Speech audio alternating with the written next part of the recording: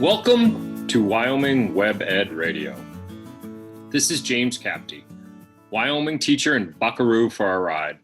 I am back in the saddle with Joe Schroer, our UW expert professor joining us today. We are riding into week 3 of this amazing educational adventure.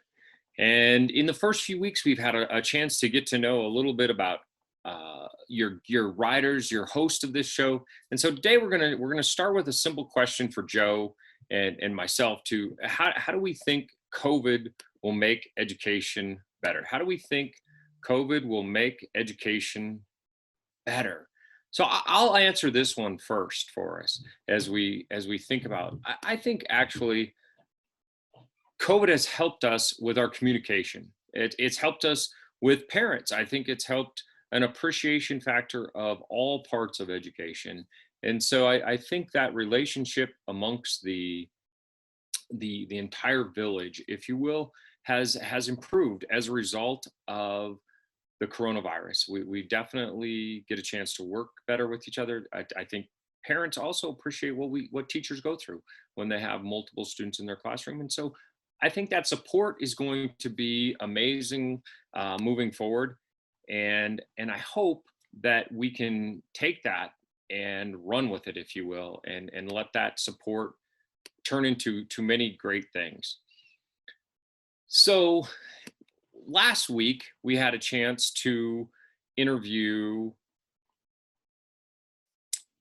we did our interview about virtual field trips, and we did our follow-up with a teacher. And so this week, we're taking a little bit different path. And so we're about to head them up and move them out, because Wyoming WebEd, here we come.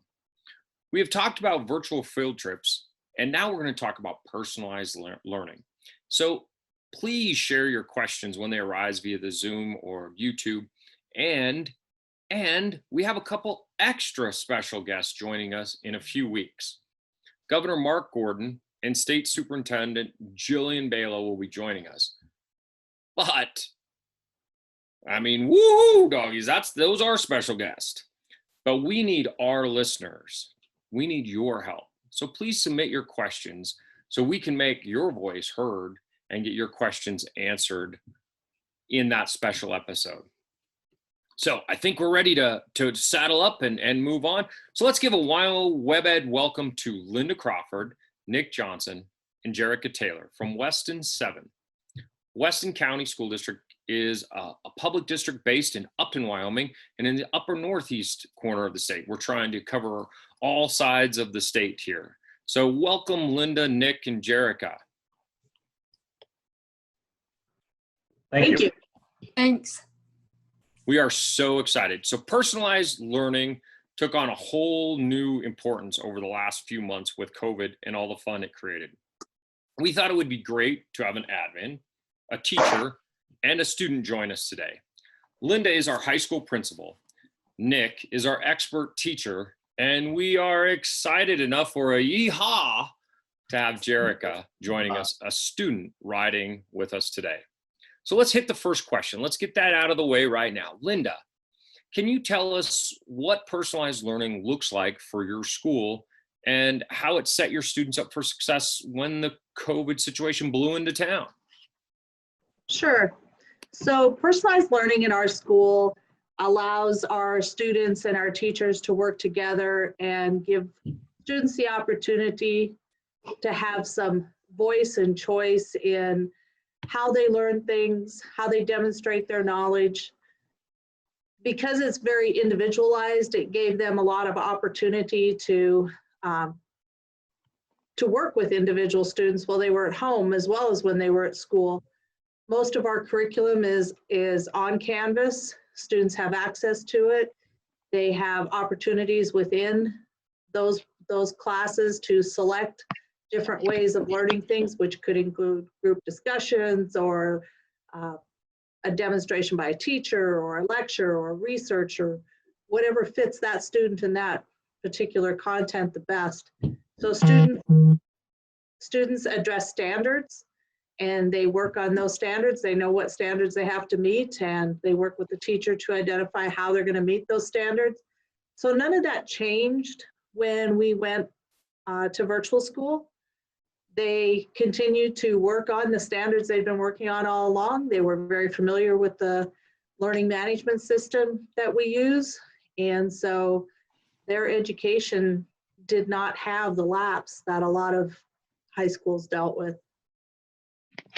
So Linda, you bring up a great point in education, that this idea of personalized learning is similar to the idea of differentiated learning, where we meet kids where they are and we give them a chance to excel at what they know, and show us and find different ways to show us what they know, not just the standard typical way. So Nick, what is the reason teachers should be excited about personalized learning? One, if you like change, it's definitely a change, I would say. It keeps you evolving as a teacher. And more importantly, I think what happens is the relationship that you build with your students, that is enhanced, I would say, tenfold. I've noticed that, this is my fourth year going into this, or this last year was my fourth year.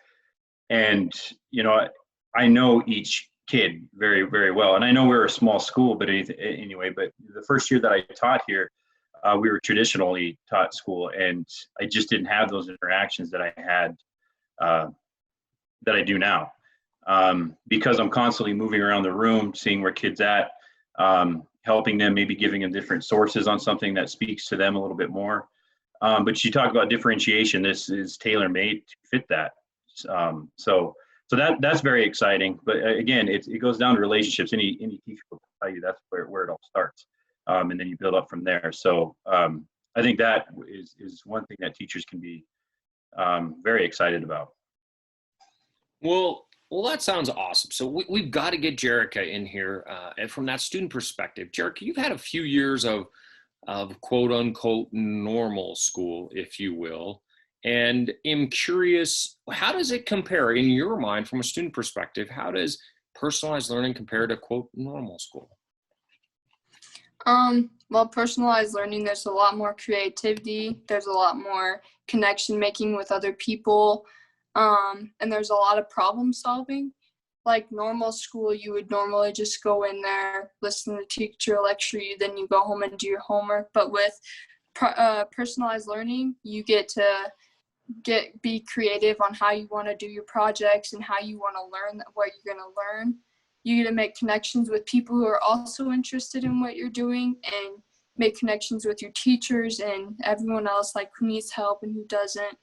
And the problem solving, like you can decide whether you're good in this area or whether you're weak, and whether you need to solve the problem of you being weak in that area, so you decide to do something that helps you get stronger. So there's a big difference from quote unquote normal school than there is personalized learning.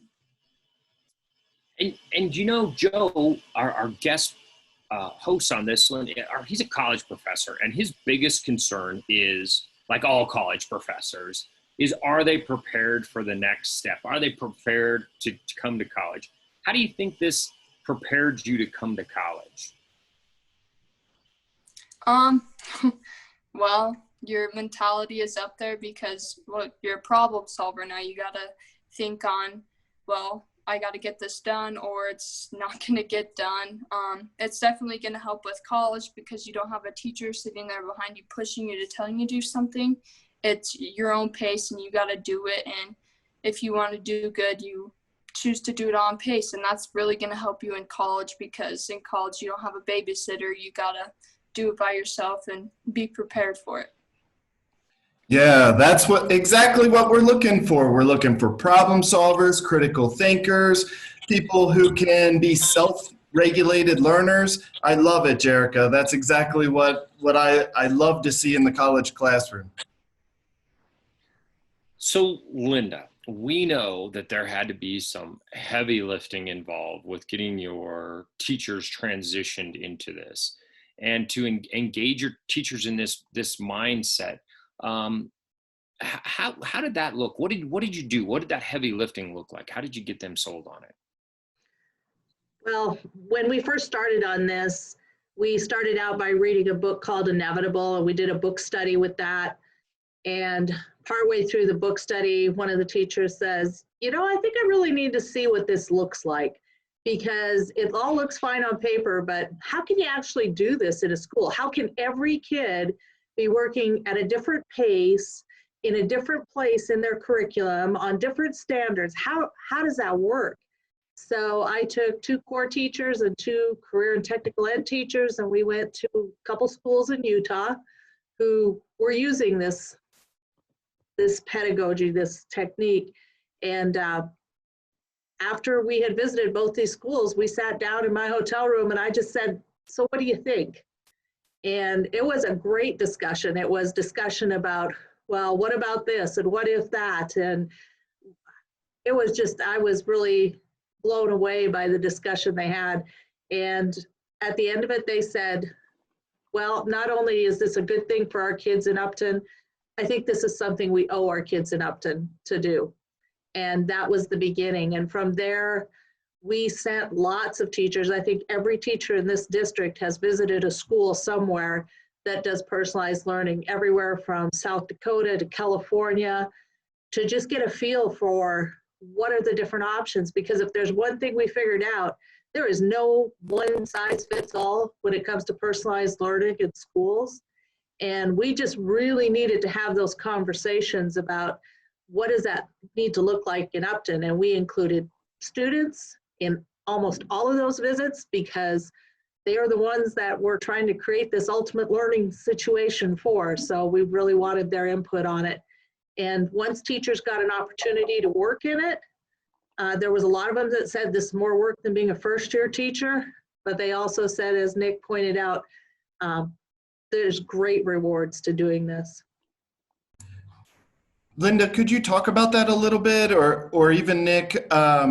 What kind of preparation did you do for the teachers? Like, was there a lot of work in the technology realm? What kind of pieces did you have to front load on this? Because this sounds like differentiated instruction on steroids kind of thing. So talk to me about that. So when we started out, what we did was we were told you should buy a canned curriculum to get started. So we did. Hindsight being 2020, I would not recommend that. So we bought that program, and then another company bought them out. So we had a different program the next year. And then by the 3rd year, we realized we have to create our own curriculum. And so Nick, I'll let you talk a little bit about how that looked and how that worked for teachers. Yeah, the canned curriculum, I always just called training wheels to get us to this point. We always knew we wanted to move beyond that point. But once we integrated Canvas in, it's like everything opened up even more. I was able to create my own curriculum, and having known it better. I mean, it was me creating it, so I guess I was a little more in tune with it, and it was easier for me to teach to my kids, and I could tweak it a lot easier. So that was very, very integral in where we're at today. I think that is essential to have a good platform if you want to be successful in this. So yeah, so that definitely made my life easier. But and I think every year now it's just about fine tuning Canvas and keep changing that curriculum to make sure that it's as best as it can be. So that's the mission now. But it's definitely from where I look back on that first year to where we're at today, as far as what our classrooms look like, to how our seatings were arranged, everything is strikingly different. So it's an ongoing process for sure. Well, Linda's comment about one size fit all, it makes me think about cowboys. We don't ever try to fit one cowboy hat on all of us. And so that giving that differentiated approach, that giving multiple options is a huge, huge piece. So when we rolled into COVID, lots of schools had issues and lots of students had issues. So Jerica, talk to us about what that looked like when COVID hit and school changed in a sense for you. Honestly, when COVID first came in, I think every student lost motivation. Every student was like, oh, it's just spring break. I mean, we'll hang in there. We'll get it done later, It's just that procrastination. But later as it came, we were like, oh, this is serious. Like, we got to finish school. So then we got our motivation back and everyone got in a hurry to get it done and everything. But I feel like our school, it was a lot easier for our school because we do have our personalized learning to fall back on, and we've been doing it for so long that it was just a lot easier to go through and do everything online like we have been normally, just without going to school and doing it. So the motivation wasn't there at the beginning, but it was at the end, and it was a lot easier to get done with the personalized learning. Well, I truly thank you for your honesty on that. I think we did lose a little motivation at that switch. And I know Joe's foaming at the mouth to ask a question about motivation here. I love motivation. I teach about motivation. It's big stuff. So talk to me, Jerica, though, about where, you weren't connected with your classmates. And I feel like this personalized learning thing, I feel like it disconnects you from teachers and classmates.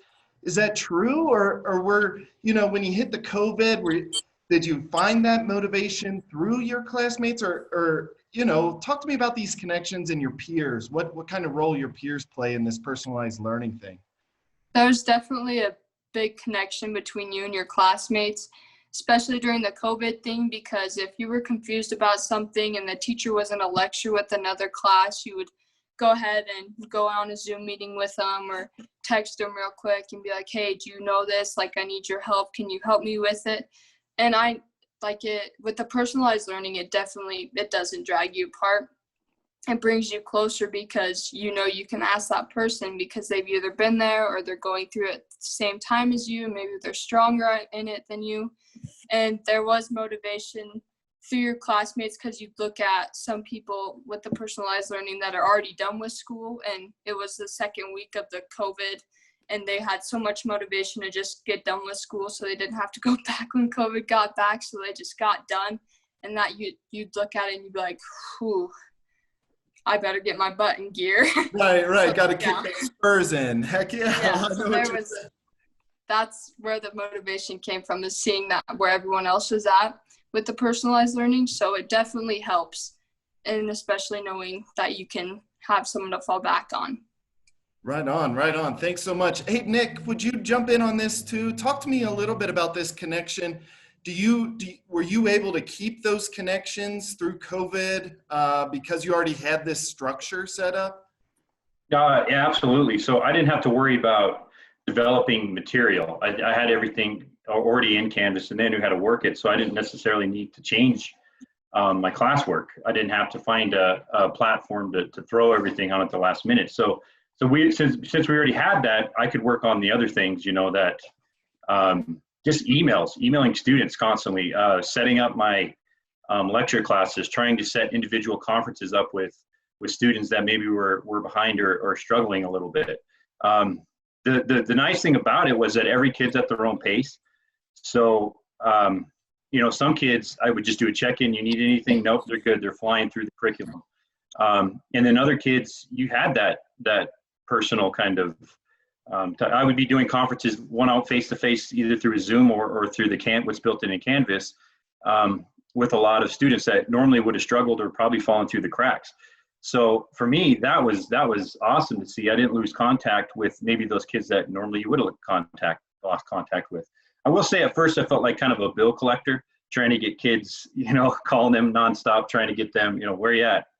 They wouldn't answer. And then eventually everybody did. Every kid finished for my class, not one. And I think a lot of that had to do with just, I don't know. I wasn't worried about my curriculum. I didn't have to change or put anything new in there, so I could focus more on contact with my students. So yeah, so I thought, it wasn't like the easiest thing in the world, but it was pretty dang smooth. I'll say that. Well, thanks, Nick. As I'm thinking about all of your answers, and I think about the process that you guys went through as we wrap up today's interview, I think, it's nice because in Wyoming, we don't have to send teachers and administrators to Utah to get that background. We can send them up to Upton, up to Weston 7, and get some conversations with some students and teachers and really get that experience and build those in their districts around the state. So I truly appreciate all three of you, Linda, Nick, and Jerica, taking time to join us today and share your story with the state of Wyoming, with all of us. I think it's a great story, and I'm really appreciative that you shared it. So, Thanks for having us. We appreciate it. Yeah. Thank you. Yeah, thanks. next week, we saddle up for a conversation about home on the range where the deer and Whoa, James, hold on. It's not home on the range. It's open range, Wyoming. Well, that sounds a lot better. I was kind of confused, but Open Range Wyoming is an amazing a set of resources that we get to talk about next week, and we're excited, and we hope to have you join us. But it's that time. Next week, same time, same place. Happy trails to you until we see you next Tuesday.